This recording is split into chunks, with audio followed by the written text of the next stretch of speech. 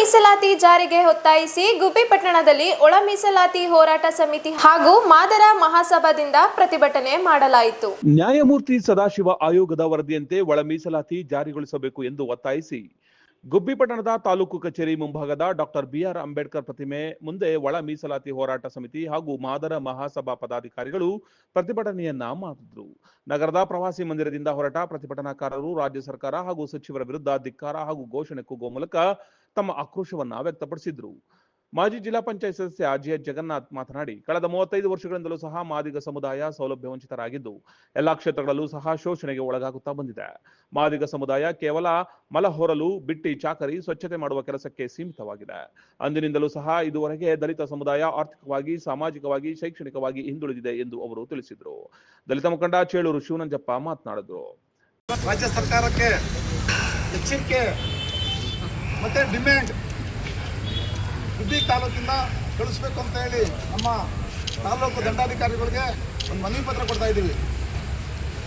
ಅವರಿಗೆ ಕರ್ನಾಟಕ ಮಾದಾರ ಮಹಾಸಭಾ ಹಾಗೂ ಒಳ ಮೀಸಲಾತಿ ಹೋರಾಟ ಸಮಿತಿ ಹಾಗೂ ಜಗಜೀವನ ಬ್ರಿಗೇಡ್ ವತಿಯಿಂದ ವಿಷಯ ಒಳ ಮೀಸಲಾತಿ ಜಾರಿ ಮಾಡುವ ಬಗ್ಗೆ ಮೇಲ್ಕಂಡ ವಿಷಯಕ್ಕೆ ಸಂಬಂಧಿಸಿದಂತೆ ದಿನಾಂಕ 1/8/2024 ಮಾನ್ಯ ಸರ್ವೋಚ್ಚ ನ್ಯಾಯಾಲಯದಲ್ಲಿ ಒಳ ಮೀಸಲಾತಿ ಆದೇಶವನ್ನು ಹೊರಡಿಸಿದ ನಂತರವೂ ಇಂದಿನ ಸರ್ಕಾರ 56,432 ಹುದ್ದೆಗಳನ್ನು ಒಳ ಮೀಸಲಾತಿ ಇಲ್ಲದೆ ಜಾರಿ ಮಾಡಲು ಮುಂದಾಗಿರುತ್ತದೆ.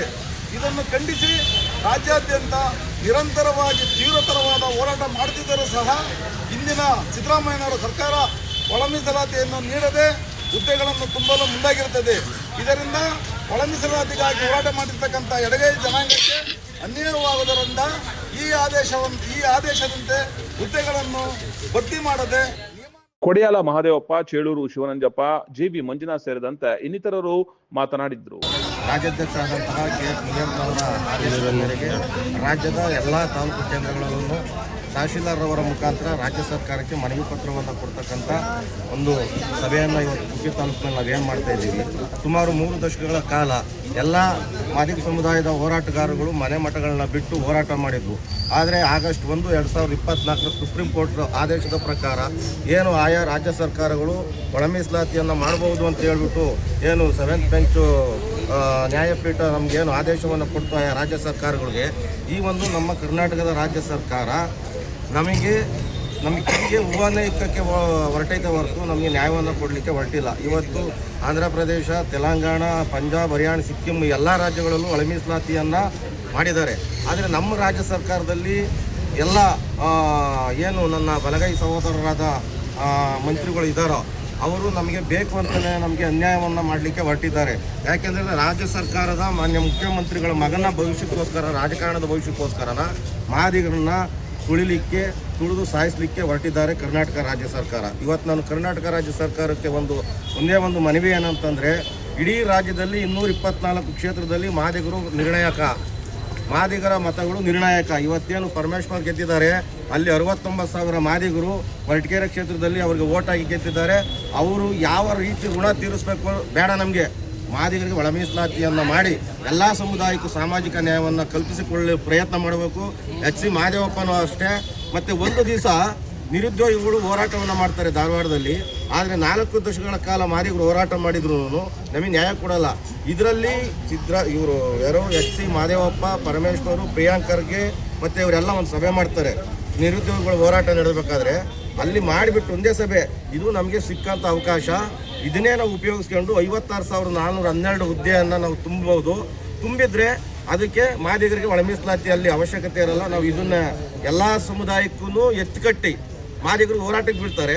ಅವಾಗ ಎಲ್ಲ ಬೇರೆ ಸಮುದಾಯದವರು ನಮ್ಮನ್ನು ಕಂಡ್ರೆ ಅವ್ರನ್ನ ವಿರೋಧಿಸ್ತಾರೆ, ನಮ್ಮನ್ನು ಪರವಾಗಿ ಬರ್ತಾರೆ. ಹಾಗಾಗಿ ನಾವು ಇವಾಗ 56,412 ಹುದ್ದೆ ತುಂಬಬೇಕು ಅಂತ ಹೇಳ್ಬಿಟ್ಟು ಮಾನ್ಯ ರಾಜ್ಯಪಾಲರ ಹತ್ರ ತಗೊಂಡು ಹೋಗ್ತಾರೆ. ಮಾನ್ಯ ರಾಜ್ಯಪಾಲರು 56% ಮೀರಂಗಿಲ್ಲ, 50% ಮಾಡ್ಕೊಂಬರ್ರಿ ಅಂತ ಹೇಳ್ತಾರೆ. 15%ಗೆ ಓಕೆ, 15% ಆದ್ರೂ ಕೂಡ ಅದರಲ್ಲಿ ಒಳ ಮೀಸಲಾತಿ ನಮ್ಗೆ 6% ಕೊಡಲಿ, ನಮ್ಗೆ 6% ಕೊಡಲಿ. ಜೊತೆಯಲ್ಲಿ ಇವತ್ತು ಕೇಂದ್ರ ಸರ್ಕಾರದವರು ಅಷ್ಟೇ EWS ಎಕನಾಮಿಕಲಿ ವೀಕ್ ಸೆಕ್ಷನ್ ಇದು ಮಾಡಬೇಕಾದ್ರೆ 10% ಕೊಡಬೇಕಾದ್ರೂ ಕೂಡ 9 ಶೆಡ್ಯೂಲ್ನ ತಿದ್ದುಪಡಿ ಮಾಡಿ ಅವ್ರಿಗೆ 10% ಕೊಟ್ಟರು. ಅದೇ ರೀತಿ ನಮಗೂ ಕೂಡ ಇವ್ರು 15 ತಗೊಳ್ಳಿ, 17 ತಗೊಳ್ಳಿ, ನಮಗೆ 6%ನ 9 ಶೆಡ್ಯೂಲ್ಗೆ ಸೇರಿಸಿ 6% ಒಳ ಮೀಸಲಾತಿಯನ್ನು ಕೊಡಬೇಕು. ಇದಾಗವರೆಗೂ ಕೂಡ 56,412 ಹುದ್ದೆಗಳನ್ನ ತುಂಬಾರ್ದು. ಹಾಗಾಗಿ ನಾವು ಫ್ರೀಡಂ ಪಾರ್ಕಲ್ಲಿ 12ನೇ ತಾರೀಕು ಒಂದು ಉಗ್ರವಾದ ಹೋರಾಟವನ್ನು ಮಾಡ್ತೀವಿ. ಅವ ಸ್ಪೆಷಲ್ ಕ್ಯಾಬಿನೆಟ್ ಐತೆ. ಆ ಕ್ಯಾಬಿನೆಟ್ಟಲ್ಲಿ ಏನಾದ್ರೂ ತೆಗೆದುಕೊಳ್ಳೇ ಹೋದ್ರೆ ಇಡೀ ರಾಜ್ಯದಂತ ಬಂದು ರಸ್ತೆ ತಡೆ ಎಲ್ಲ ಉಗ್ರವಾದ ಹೋರಾಟಗಳನ್ನ ನಾವು ರಾಜ್ಯ ಸರ್ಕಾರದ ವಿರುದ್ಧವಾಗಿ ಮಾಡ್ತೀವಿ. ಅದಾದ ನಂತರ ಸೋಮವಾರ ಗುಬ್ಬಿನಲ್ಲೂ ಕೂಡ ಒಂದು ಬೃಹತ್ ಹೋರಾಟವನ್ನು ಮಾಡಬೇಕು ಅಂತ ಹೇಳ್ಬಿಟ್ಟು ನನ್ನ ಹಿರಿಯ ಮಾದಿಗರ ಸಮ್ಮುಖದಲ್ಲಿ ನಾವು ಇವತ್ತು ತೀರ್ಮಾನವನ್ನು ತೆಗೆದುಕೊಂಡಿದ್ದೀವಿ. ಕಾರ್ಯಕ್ರಮದಲ್ಲಿ ರಾಜ್ಯ ನಿಟ್ಟೂರು ರಂಗಸ್ವಾಮಿ, ಪಾಂಡುರಂಗಯ್ಯ, ಕುಂದರ್ನಹಳ್ಳಿ ನಟರಾಜ್, ಶ್ರೀಧರ್, ದಾಸರಕಲ್ಲಹಳ್ಳಿ ಲೋಕೇಶ್, ಮಾದಲಾಪುರ, ಕಡಬ ಶಂಕರ್, ಕಲ್ಲೇಶ್, ಎಮ್ಮೆನ್ಕೋಟೆ ಈಶ್ವರಯ್ಯ, ಅದಲಗೆರೆ ಈಶ್ವರಯ್ಯ ಸೇರಿದಂತೆ ಹಲವು ದಲಿತ ಮುಖಂಡರು ಹಾಜರಿದ್ದರು.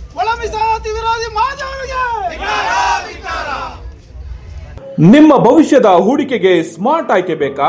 RERA registered TUDA approved Bhairava green valley ಇದೀಗ ತುಮಕೂರಿನಲ್ಲಿ 40 ಎಕರೆಗಳ ಪ್ರೀಮಿಯಂ ಲೇಔಟ್, ಸಿಸಿ ರಸ್ತೆ, ಲೇಔಟ್ ಒಳಗೆ ವಿಶಾಲವಾದ 60 ಫೀಟ್ ವೈಡ್ ರೋಡ್ ವ್ಯವಸ್ಥೆ, underground drainage, 24 hours water facility ಮತ್ತು ಸಂಪೂರ್ಣ ವಿದ್ಯುತ್ ವ್ಯವಸ್ಥೆ. ಭೇಟಿ ನೀಡಿ Bhairava green valley, Bellavi road, Tumakuru.